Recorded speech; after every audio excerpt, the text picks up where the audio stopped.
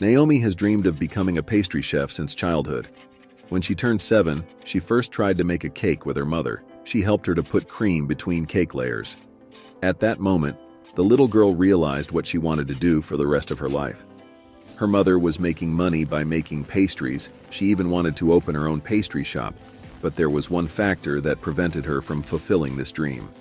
Naomi's father was drinking heavily. He used to drink alcohol only on weekends. But later, Peter started drinking every day. Eventually, the man was fired from his job.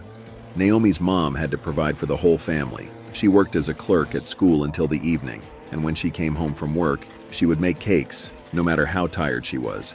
But still, the money she earned wasn't enough to pay for all the family's needs. When Naomi turned 18, she decided to start making pastry as well. But her mother insisted that she needed to get an education and a normal job because it was impossible to earn enough money by making cakes. Naomi didn't want to argue with her mom, so she enrolled in college to become an accountant because they had no money to pay for university. Unfortunately, Naomi's mother chose the profession, not Naomi, because her mother believed that with such a diploma, you can always find a job and make enough money. A year later, Naomi's father died of alcoholism. The life of Natalie and her daughter became even more difficult, as they used all of their savings to pay for the funeral. But sometimes it seemed to them that they were even slightly happy that he had died because now, no one would make their tough life even more difficult. Naomi hated her college and her profession. She constantly wanted to drop out of college, but she couldn't do that because she knew how important it was to her mom. In the 3rd year of college, the girl didn't know yet that soon, her life would completely change. A student from another city, David, transferred to their college, and unlike Naomi, he loved his future profession and even planned to enter the university. Many girls in their college liked him, but he chose Naomi. David invited Naomi for a cup of coffee, and she told him that she didn't want to work as an accountant, but dreamed of becoming a pastry chef. "Be patient, we're already in our 3rd year of college," David said. "Your mom will be happy if you get a degree in economics. After that, you can work anywhere you want.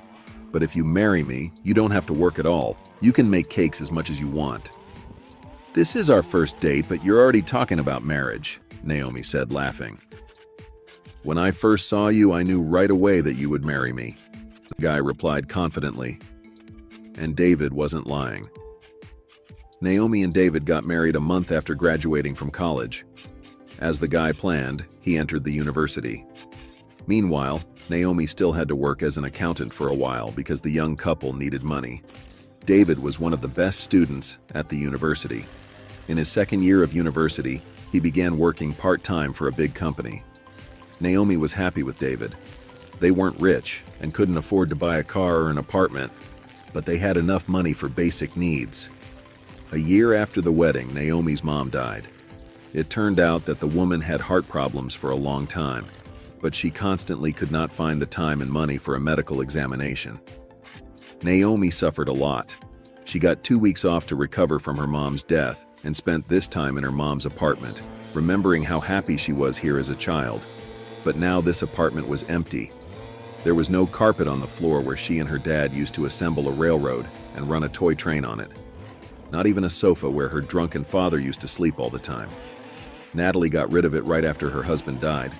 However, there was a whisk, which Naomi used to whip cream for the first time in her life, and a rotating stand on which Natalie decorated her sweet pastry masterpieces. Naomi didn't want to leave this apartment, and there was no point. Why rent an apartment if now they have a place to live? David supported his wife in this idea. They renovated the apartment, changed the wallpaper, and replaced some of the furniture. Only memories remained from the past atmosphere, which were captured in photos. Little by little, Naomi recovered after her mother's death, but it was still hard for her to work as an accountant. David often repeated to his beloved wife that he would keep his word and she would not have to work. She only needed to wait a little until he got a promotion at work and finished university. After a while, the couple started thinking about a baby, but they talked it over and decided to postpone it until better times. 3 years passed. David kept his word. He managed to achieve everything he had dreamed of. He got a promotion at work, and Naomi finally quit her hated job and started making pastry. One day, David came home from work with a strange expression on his face. He was acting strangely and asking some strange questions. "David, what interesting adventures can I have at work?" Naomi laughed. "I've spent my whole day at home. One client didn't come to pick up the cake today, so you can eat it with tea." David eagerly ate a piece of cake and then began to praise his wife. That's when Naomi realized what was the reason for this strange behavior. "What are you up to? Is there something you want to ask me?" Naomi asked. "I'm thinking about buying a car," David replied quickly, lowering his eyes. It seemed that he was waiting for permission from his wife to make this purchase. Naomi didn't mind. A car would really make their lives more comfortable. Now they would not have to rush to the bus to go somewhere. Moreover, they were planning a baby, so a car was a necessity. They already had some savings, so Naomi suggested looking for some inexpensive cars together. But David said unexpectedly, "I already know what kind of car I need, but the problem is that we need to get a loan. Our savings won't be enough for this purchase." Naomi immediately got indignant. "Why buy such an expensive car? Our savings would be enough for a good used car." "You don't understand." David looked away. "I hold a senior position at work. Actually, I'm almost the most important person in the company. Even simple managers drive fancy cars. I can't buy a cheap used vehicle." "That's a very strange explanation. Does anyone care what kind of car you drive? And why do you even care about someone else's opinion?" "You don't understand how important this is," her husband replied seriously. "I'm constantly attending very important meetings. And if I arrive in an old car, I'll give my partners the wrong impression. And anyway, it's better to get a new car. An old used car will require a lot of investments." The last argument about investments in a used car worked better than the reasoning about her husband's alleged reputation. Naomi approved the purchase of an expensive but reliable and safe car. But it turned out that purchasing an expensive car wasn't something David had been afraid to ask Naomi about. "Like I said, we need to get a loan to buy this car, but I can only get a loan secured by your apartment. Just because I don't have anything else." Naomi put down the plate she was washing and looked seriously at her husband. She was afraid to take such a risk. "What if something goes wrong?" she said. "What if you get fired from your job? Then the bank will repossess our apartment for debts. Where will we live then?" "Naomi," David said softly and moved closer to his wife. He took her hand and continued speaking. "That's not going to happen. You won't be affected by this loan in any way. Even if I get fired from this job, I will get another job. You know I'll do everything I can to make sure you're happy and well off." Naomi resisted a little more, voicing her concerns. But eventually, David managed to convince her. The man had never once lied to her and always fulfilled his promises. A month later, they bought a new car. David immediately took Naomi for a ride. They drove along the highway, admired nature, and enjoyed their happiness. Suddenly, the woman asked to urgently stop the car. She felt nauseous. "There are probably too many turns on the road. I'll try to drive more carefully so you don't feel nauseous again," David said when Naomi got back into the car. "I don't think that's the reason I feel bad," she uttered, sipping some water. "I've been feeling sick for a second week now. Maybe another one of our dreams is about to come true." David got excited and decided to clarify. "Are you saying that you are pregnant?" "I'm afraid it's possible," Naomi replied. "I'll see a doctor tomorrow." "Naomi, my love, I can't believe it. I'm so happy." A happy David shouted. "But what are you afraid of? We've been dreaming of having kids for so long." "I just don't think it's the right time," Naomi answered. "How are we going to cope with a loan and a baby? The baby will require a lot of money." "Naomi, have I ever told you that I'll do everything I can to make sure you live a prosperous life?" David winked at his wife and asked with a smile, "Have I ever failed to keep my promise?" Naomi calmed down a little, for she trusted her husband. David really always kept his promises, but she had no idea how he managed to do it. David continued to provide for his family, but Naomi could no longer make and sell cakes because of morning sickness. The couple was expecting the birth of their daughter. David spent more and more time in the office to provide for his wife and future daughter. He had to handle more clients, close deals faster, and make a lot of reports. He wanted only the best for his family, but he didn't realize how his job could affect his loved ones. If he had known about the consequences, he would have hated himself the moment he decided to get his first loan to buy a car. Yes, after getting the first loan and buying the car, David got several more loans from other banks, but Naomi found out about it accidentally. But that was not the worst news for her. Naomi and David's daughter Alice was already 3 years old. One day the girl was very cranky. Alice had been in a bad mood since early morning. First, she refused to eat. Then she poured a whole cup of milk on the floor. In the afternoon, Alice scattered toys in the room and didn't want to go for a walk. Naomi was exhausted that day. She finally put Alice to bed in the evening and then sat down on the couch to relax. Suddenly, she realized it was already 3 in the morning, but David was still not home. Sometimes the man would stay late in the office, but not that long. Naomi tried to call him, but David's phone was off. The woman didn't have any suspicions about her husband's infidelity or anything like that. She was sure that if he didn't answer the phone, then something was wrong. Apparently, Alice had a premonition of something bad. That's why she was cranky all day. 20 minutes later, Naomi received a call on her phone, but not from David. It was an unfamiliar number, and the woman's heart raced. She answered the call with a trembling voice and realized she had received a call from the hospital.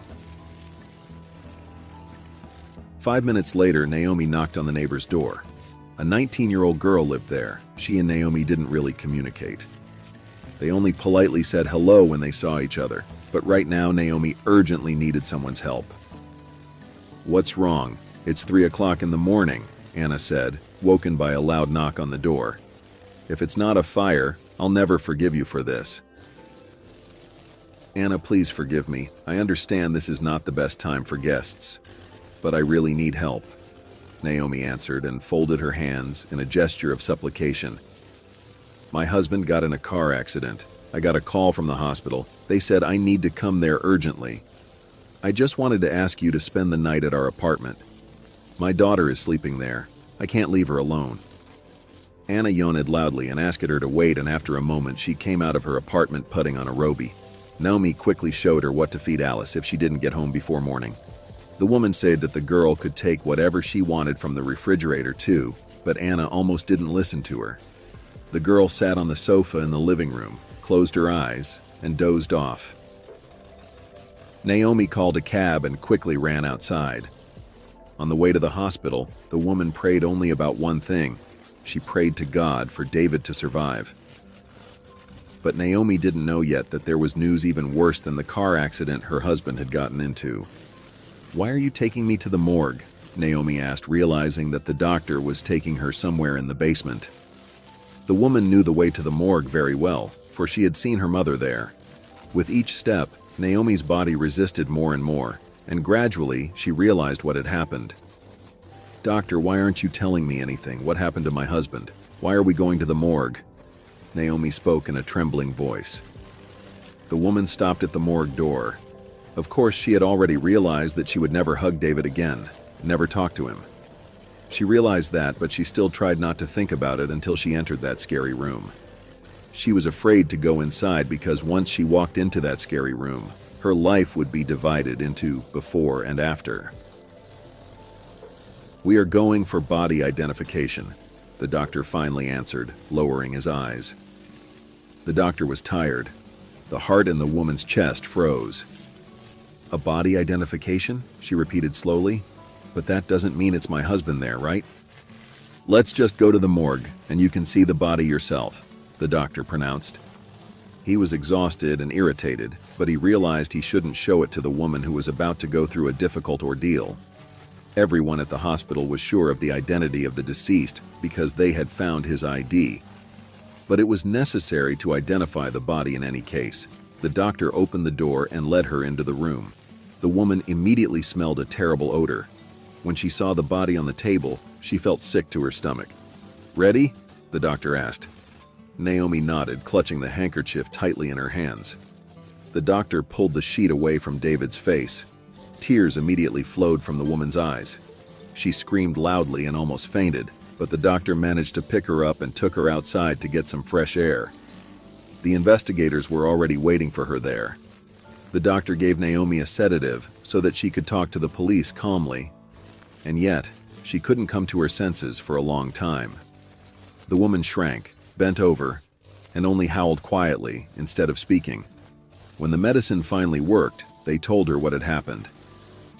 David didn't notice the warning sign and drove onto the railroad track. The barrier closed right in front of him, and there were cars behind him. He had nowhere to drive. Of course, upon seeing the car, the train tried to slow down, but it was too late. David died in a few seconds. His last thoughts were that he had left his family in a terrible situation. The man only managed to say quietly, looking at the train, "I'm sorry." From that day on, Naomi didn't live but existed like a robot. She automatically repeated the usual daily routine. In the morning, she had to wash her face, feed her daughter, go for a walk with her, come back home, feed her again, and put her to bed. The woman herself almost didn't eat. After the funeral, her condition didn't improve much. Nothing could bring her back to normal. But she didn't know yet that this wasn't the only ordeal she had to endure. 1 month passed after David died. Naomi began to make cakes again and save some money. One day, she was making a cake in the kitchen as usual when suddenly smelled the acrid odor of smoke. Naomi ran out into the hallway and saw that her front door was on fire. She quickly scooped up a bucket of water and put out the fire. It seemed to her that someone had deliberately set her door on fire. Naomi walked out of the apartment and saw the words written in red paint on the wall. "Pay back the debt." That's how the girl found out how David provided a happy and prosperous life for her and her daughter. It turned out that the man owed hundreds of thousands of dollars to debt collectors. David got numerous loans from different banks and then simply stopped paying them off because he had no money. Naomi found out that the company where her husband worked was bankrupt.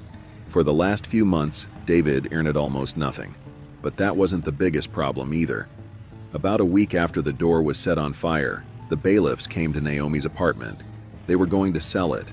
David got his first loan against Naomi's apartment, and he stopped paying off that loan a long time ago. Naomi begged to give her some time. She promised to find money, but the bailiffs told her that it was already impossible to change anything.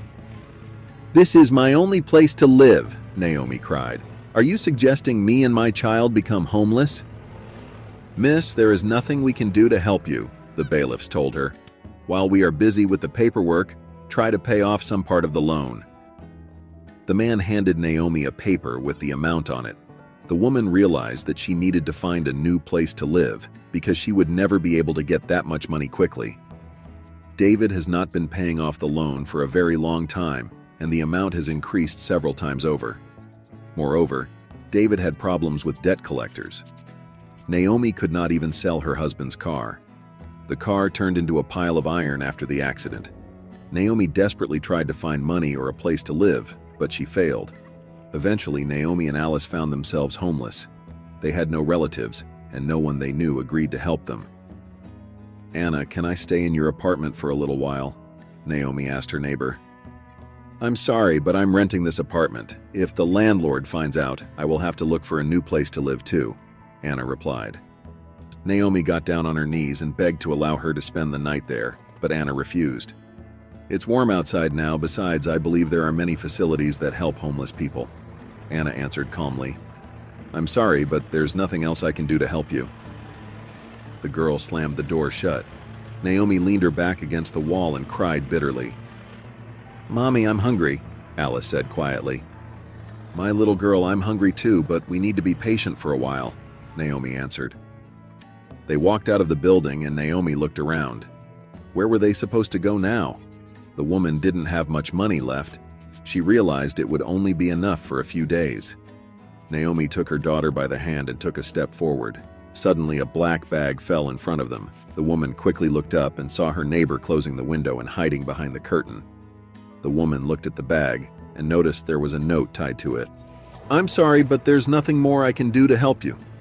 Naomi picked up the bag, opened it, and saw that there was a box of cookies, a few chocolate bars, a carton of milk, and bread. "Thank you," Naomi shouted, pulled out the cookies, gave them to her daughter, and they walked forward. The woman didn't know where they were going. Naomi didn't plan to spend the night on the street. The woman had heard of people sleeping at train stations, so she decided to go there. That night, Naomi and Alice slept in the waiting room of the train station. They had some food, so they managed to save some money. Alice still didn't understand what was going on and why they had to spend the night in some crowded place. "Mommy, are we going somewhere?" the naive girl asked in the morning. "No, baby," Naomi answered. "We're just going to stay here for a while." But they didn't succeed in spending another night there. In the evening, a train station employee approached Naomi and decided to clarify which train they were waiting for. "Honestly, we're not waiting for any train," Naomi replied quietly, after taking the man aside so her daughter wouldn't hear this conversation. "We just need to spend the night somewhere until I figure out a solution to my situation." "Miss, this is not a hotel," the man answered her sternly. "If you need somewhere to sleep, you can get a hotel room. I have to ask you to leave the waiting room. Otherwise, I will have to call the police." Naomi asked not to do that. She said she and her daughter would leave the train station right away. It was so painful for her to realize they were being kicked out even of this place. She still couldn't believe her life was falling apart. She had always dreamed she would provide Alice with the best childhood, filled with happiness and pleasant memories. But they ended up homeless. When Naomi found herself on the street with the realization that she had nowhere to go at all, she was angry at her deceased husband. She had always been sure that he was the most honest and reliable man. She loved and trusted him. But eventually, their daughter became homeless, and it was David's fault. How could he let this situation happen? How was he ever going to deal with his debts? He's been lying this whole time. If David hadn't lied, Naomi would have found a job, and together they would have gotten through their problems. But he kept saying that everything was fine and that Naomi didn't have to work. And he kept getting more loans. Then Naomi started to get angry with herself. Why hadn't she noticed that her husband was in serious trouble? But David really never told his wife about the problems at work. While Naomi was reflecting on her life, Alice was playing on the playground. The woman didn't notice how she and her daughter came to some park. She sat on a bench, and her daughter immediately went to play on the slide and swings. But suddenly Naomi heard her daughter scream, "Mommy, look, the stroller's rolling and there's no one around." The woman didn't immediately realize what Alice was telling her. When she heard her daughter's loud cry, she immediately got up from the bench to come and help the child. But the girl was fine. She was pointing her finger somewhere and repeating, "Mommy, look, the stroller is rolling toward the road." Naomi looked in the direction her daughter was pointing and got scared. The stroller was rolling down the sidewalk towards the roadway. Naomi immediately looked to the right and saw that the girl who was driving the car wasn't even looking at the road. She was talking on her phone and looking in the mirror. The woman quickly ran up to the stroller and grabbed its handle. And a second later, a car whizzed by there at breakneck speed. Naomi looked at the blue-eyed boy who was lying in the stroller. The poor baby didn't even realize what had happened. He just looked at his savior and blinked. Tears flowed down the woman's cheeks because she was so frightened that the life of this sweet baby could end. Suddenly, a man ran up and hugged Naomi. "I don't even know how to thank you," the stranger said. "You just saved my son. How can I ever thank you? Ask for anything." The woman was confused and didn't know what to say. At that moment, Alice ran up to her and grabbed her mom's hand. "Mommy, someone can steal our belongings," the girl said. "Why did you leave our bags there?" "What a sweet girl," the man said and smiled as he looked at the girl. "Who needs our belongings?" Naomi said, but then added, "Okay, go to the bench and watch our bags." The man listened attentively to the conversation between mother and daughter. While they were talking, he looked at them carefully. They didn't look like homeless people, although their clothes were stained in some places. But the first thing the stranger noticed were the sad eyes of the woman who had rescued his son. It seemed that the woman had been sad for a long time, and that something had happened to her. "Why don't you tell me the reason you went out for a walk with heavy bags?" the man suggested. Naomi agreed. She was ready to accept any help from anyone. After all, she had no choice. As they walked to the bench, the man introduced himself. His name was Benjamin. Naomi immediately realized that Benjamin was a successful businessman. He was wearing very expensive shoes, a jacket, and a watch, and in general looked very self-confident. Meanwhile, Benjamin couldn't understand the social status of his new friend. She didn't look like homeless. Naomi didn't tell him about her whole life but shared only the events of the last few months. She said that her husband had recently died and that he had a lot of debts, and as a result, she and her daughter ended up living on the street, as they were kicked out even from the train station. "You have such a difficult fate," Benjamin said as he listened to the story of a poor woman. "And after all these events in your life, you managed to remain such a kind person. You decided to save someone else's baby, risking your life." "Any person would do the same," Naomi said. "You better tell me, how come you lost the stroller with your son?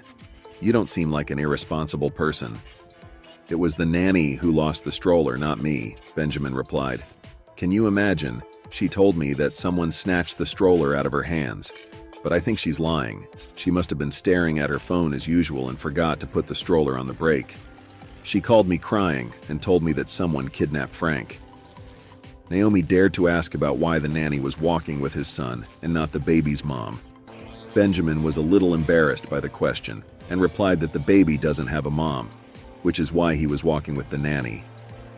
"You still haven't told me how I can thank you," the businessman said. "But after your story, I realized what I could do for you." Benjamin said that he lives in the capital and came to this small town to sell his restaurant. It barely makes him any profit. He inherited it from his father. "You can do whatever you want with this restaurant. It's yours now," Benjamin said. "There is no one on the premises now, but I keep paying all the utilities. You can stay there for a while. The restaurant has a kitchen, and there's even a shower room. I'm sure it's better than living on the street." Naomi was happy because the man offered her not just a room, but a whole restaurant. She immediately realized what she would do there. Benjamin thought that the woman and her daughter would just live there. He didn't know that he was giving the premises to a wonderful pastry chef, moreover, with a degree in accounting. Benjamin took Naomi to his restaurant. The premises were in a terrible state. All the furniture was upside down. The tables and chairs were covered with a huge layer of dust, and some of the windows were broken. But the woman looked at it all in a completely different way. She was already imagining how she could decorate the place. "I will give you the keys to the restaurant and go home. The purpose of my visit to this town was to sell this restaurant. Now I have no reason to stay here," Benjamin said. "Tomorrow I will send a lawyer to you. He will give you permission to use the premises so that the police will not have any unnecessary questions." Naomi could not contain her emotions and hugged Benjamin tightly. "Mommy, is this our new house?" Alice asked as the man walked away. "No, sweetie, it's much better than a house," Naomi answered happily. The woman immediately began to clean up the premises. She really wanted to transform the place. Luckily, she met Benjamin when she had not yet spent all her savings on food. Naomi quickly pulled out all the money she had and began to calculate if she had enough money to buy a basic set of groceries. "I think there's enough money for 10 cakes, the woman said. "I should check what we have here. Maybe I can sell something we don't need." Alice watched excitedly as her mother walked around the restaurant, examining stuff and moving the furniture. 2 hours later, the woman realized they hadn't eaten anything yet, so she pulled out the rest of the cookies the neighbor had given them. But she had to go to the store for fresh milk. It took Naomi only 1 month to clean up the premises. She cleaned all the walls, fixed the broken chairs and tables, and organized the utensils. "It looks pretty good," the woman pronounced, admiring the results of her work. The woman found a stack of papers in the office, wrote an advertisement for the pastry shop, and placed them all over the city. The very next day, she received her first order. After the client tried the cake, she immediately said she would recommend it to all her friends. "The interior doesn't look as fancy as it could," the girl said, looking around. "But I've never tried a more delicious cake. You know there are no good pastry shops in our town." That's how Naomi started her own business and gradually began to get more and more customers. She saved a little money for herself and her daughter, and the rest was invested in the work and renovation of the restaurant. Alice gladly helped her mother, posted ads about the pastry shop, and even helped to cook and clean. 6 months passed. The small restaurant was becoming more and more popular. Naomi felt herself not just a pastry chef, but a real businesswoman. Of course, her accounting education came in handy. But even though it was a very small town, there was competition there. The owners of other restaurants noticed that the old restaurant began to attract clients again. Naomi's business was gradually growing. She hired excellent staff, which allowed her to expand her assortment. Many different inspections began to come to the restaurant, but the woman was not afraid. She didn't want to lose what she created. This restaurant was the only chance she and her daughter would have a normal future. The inspectors from the fire department and sanitary service were satisfied with the results of the inspections. Naomi also treated them to her specialty cake and promised to make 3 orders for them free of charge. All the inspectors were satisfied, but when the officials came to check the food license, there were problems. But Benjamin helped her with that. He was surprised when he heard that Naomi managed to renovate the restaurant. The man paid the required amount of money, and no one had any more questions for Naomi. After that situation, Benjamin forgot about this town and this restaurant again. The man didn't believe that a homeless woman could succeed in the restaurant business, and he paid for that license only to avoid problems, because he was still the owner of the restaurant. Naomi relaxed and continued to work and develop her business. 3 years have passed since Benjamin gave Naomi the restaurant. The businessman had long forgotten about the situation with the license. He was sure that the woman and her daughter were just living in his building. But one day Benjamin's assistant advised him to sell the restaurant. "We cooperate with big foreign companies, but at the same time, you are the owner of some obscure restaurant. What does she do there? Selling pies? Is that the kind of reputation you want?" "Henry, I can't do that to her. After all, she saved my son's life," Benjamin said stubbornly. "I think you've already thanked that woman enough by letting her live there for a few years," Henry continued. "At least go there and check your premises. Maybe she's already moved out." Benjamin agreed that he should check on Naomi's business. After all, he had no idea who she was, and he didn't want any trouble. The man left Frank with the nanny and headed for the small town. At the entrance to the town, he noticed a billboard saying that there was a restaurant with a Michelin star in this town. There was also a picture of the restaurant's interior.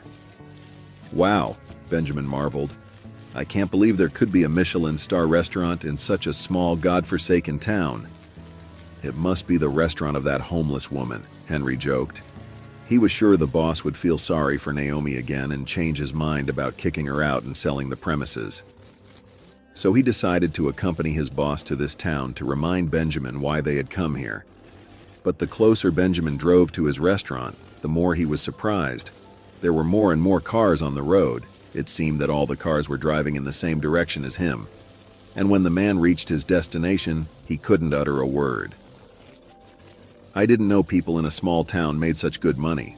There are so many expensive cars here. I wonder why they are all parked in front of my building," a surprised Benjamin said. "The men park it on the other side of the road, as there was nowhere to park at the restaurant, and got out of the car." "No, this can't be," Benjamin said. He pointed his finger at his restaurant. There was a sign confirming the Michelin star. "How is that even possible?" Henry wondered. "Henry, have you even checked the revenue this restaurant generates for us?" Benjamin asked his assistant. Henry blushed and lowered his head. Benjamin pressed his lips together irritably. They approached the entrance, but some stranger immediately ran up to them and said, "I'm sorry, but all the tables here are reserved," he said. "I made a reservation a month ago, and I'm not giving up my table to you." "I actually own this place," Benjamin said seriously and adjusted his jacket. "You don't look like Naomi," the stranger said indignantly. Benjamin ignored the man's further complaints and opened the door. The interior looked exactly as in the picture on the billboard at the entrance to the town. In this cozy and stylish space, it was simply impossible to recognize the place Benjamin left years ago. Alice immediately ran up to Benjamin. "Hello, I remember you," the girl shouted happily. "Can you bring Mommy here or take me to her?" Benjamin asked politely. A happy Alice nodded and took the businessman's hand. Naomi was overjoyed when she saw Benjamin. "I thought I would never see you again," the woman said. Naomi looked gorgeous. It seemed that she had become 10 years younger and lost weight. "How can a person who makes pastry look so wonderful?" Benjamin said with a smile. Naomi blushed and offered the man to take a seat at the table. She told how she managed to improve the restaurant so much. She was surprised when she found out that a restaurant critic had visited the restaurant. Apparently, he helped the restaurant win such an important award. Our restaurant was included in a list of the best restaurants in our town, and then we were featured in an article published in a very important magazine. After reading it, I found out that a very famous traveler had visited us. He has a blog on the internet about his travels, where he told about our restaurant. He has several million followers, and that's why people from other cities started coming to us. "But why didn't you tell me about it?" Benjamin said in surprise. "How could I have missed such information?" At this moment, Henry coughed softly. "I tried to call and text you. I even managed to find your business email, but you ignored all my emails," Naomi said, looking at Henry with disbelief. Then Benjamin looked suspiciously at his assistant too. "I was just protecting you from unnecessary information," Henry tried to justify himself. "I thought this woman just wanted to ask you for money or some other kind of help." "You gave me the premises yourself. That was 3 years ago," Naomi added. "You own the premises and rent it to me. But I still wanted to tell you about my progress, but you were unavailable." "I don't need the income from this restaurant," Benjamin said. "It's your business and your merit. I have no idea how much work you had to do to get to this level." Naomi blushed again and suggested Benjamin to have dinner together, to talk about the restaurant in an informal atmosphere, and to share what had happened in her life during these 3 years. Benjamin happily agreed. He actually was going to suggest the same thing. Henry left for the capital because he realized that now his boss was mad at him. The woman shared her success story. Benjamin tried to understand the secret of this success and sincerely admitted that he would not have been able to bring a restaurant to this level. "My secret is simple. I love what I do. I always dreamed of becoming a pastry chef," Naomi answered modestly. "Besides, I was very motivated. When I first entered this restaurant, I had nothing at all, and I realized that I had to work very hard to give my daughter a decent future. Next year, Alice will go to school. I decided to send her to a good private school so that she can get a decent education, and in the future, she can enter a good university abroad. She dreams of studying abroad just like me." Benjamin stopped eating and asked, though it was hard to do so because the food was brilliant. "What do you mean just like you? You mean you studied abroad?" Benjamin asked in surprise. "Yes, I studied abroad," Naomi replied. "My husband David had always tried to make all my dreams come true. When he found out I was pregnant, he really wanted to make me happy and paid for my studies at a pastry school in France. I went to Paris to a school where the world's best pastry chefs taught. Perhaps that also helped the restaurant win a Michelin star." "I can understand your husband," Benjamin said and smiled enigmatically. "I would also wish to make all dreams come true for a woman like you." Naomi blushed again. She noticed the way the man was looking at her. She was a little embarrassed because it seemed like they were on a romantic date. Benjamin admired not only the beauty of this woman, but also her strong personality. He had no idea how hard she had to work to get these results in such a short period of time. "Now you know almost everything about me," Naomi said enigmatically. "But all I know about you is that you have a son. Why don't you tell me a little about yourself?" "To be honest, I have nothing much to tell," Benjamin said. "I haven't suffered any tragic situations, and I've never performed any feats." "What do you mean you haven't performed feats?" Naomi wondered. "You're raising a son who doesn't have a mom. Isn't that a feat? What happened to your wife?" "I never even had a wife." Benjamin tried to change the topic of conversation, but Naomi was persistent. "This woman really knows how to get what she wants," Benjamin thought. And he decided to tell his story. The reason for this reticence was that he was ashamed of his past. Benjamin was born into a family of millionaires. He had never known poverty. The man inherited all his money, business, and stocks from his parents. Since childhood, he was trained to run the family's business. When he turned 30, he realized that he hadn't created anything in his life on his own. Everything he had inherited from his father. Benjamin realized that he wanted to start a family, but most of all, he wanted to have an heir. But Benjamin could not find a decent woman to start a family with. All the girls he met didn't plan to become mothers in the near future. Once Benjamin went to a nightclub where one of his friends was having a bachelor party. Of course, there were many dancers. Benjamin went home with one of them, and 3 weeks later, that dancer girl, Lily, came to his house again. The girl said that she was pregnant and needed money for an abortion. Benjamin immediately told her that he would not let this happen. "Were you going to marry a girl you met in a nightclub?" Naomi asked in shock. "I just wanted to have a baby," Benjamin tried to justify himself. There was a complicated situation, but she refused to marry me anyway. Naomi didn't understand why Lily refused to marry a millionaire, but at least she gave birth to a baby. Benjamin decided to tell how the story ended. He persuaded Lily to give birth to his baby and promised to provide for her for the rest of her life and raise the baby himself. Of course, the girl could not refuse such an offer. "It's not surprising," Naomi laughed. "She decided to just get the money and live happily ever after. But how is it possible that a mother doesn't want to see her baby?" "Lily will never be able to see anyone ever again," Benjamin replied quietly. Though when she was alive, she didn't want to see her son either. "You know, I thought I'd provide Lily with the life of her dreams, but it turned out that my offer killed her." Benjamin took a sip of wine from his glass. His throat was dry. Then he continued his story. After the childbirth, Lily gave him the baby and never asked about her son. The man transferred money to Lily's bank account every month, as promised. Apparently, her life was so boring that she started spending that money on drugs. "First, Lily became addicted to alcohol," Benjamin said, "and then she tried drugs. Her heart couldn't take it. It's been almost 3 years since she died, but I still can't forgive myself for it. That's why I didn't want to tell you the whole truth." "But it wasn't your fault," Naomi said, and placed her palm on Benjamin's hand. The man flinched a little in surprise. "It was her choice. You helped me too, letting me stay in this building. I could have started drinking alcohol too, or lived here in the ruins begging for alms on the street. But I chose a different path. Lily also had many options for using the money you were giving her."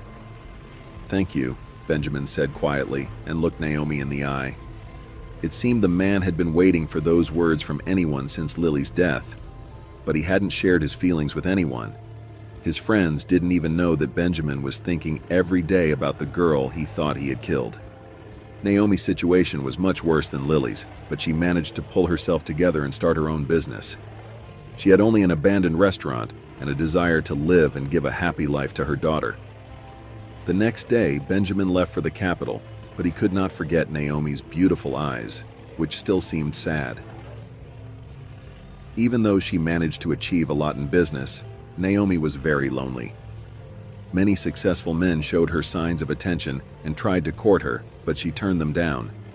Benjamin suddenly realized that he would never meet such a motivated and kind woman as Naomi again.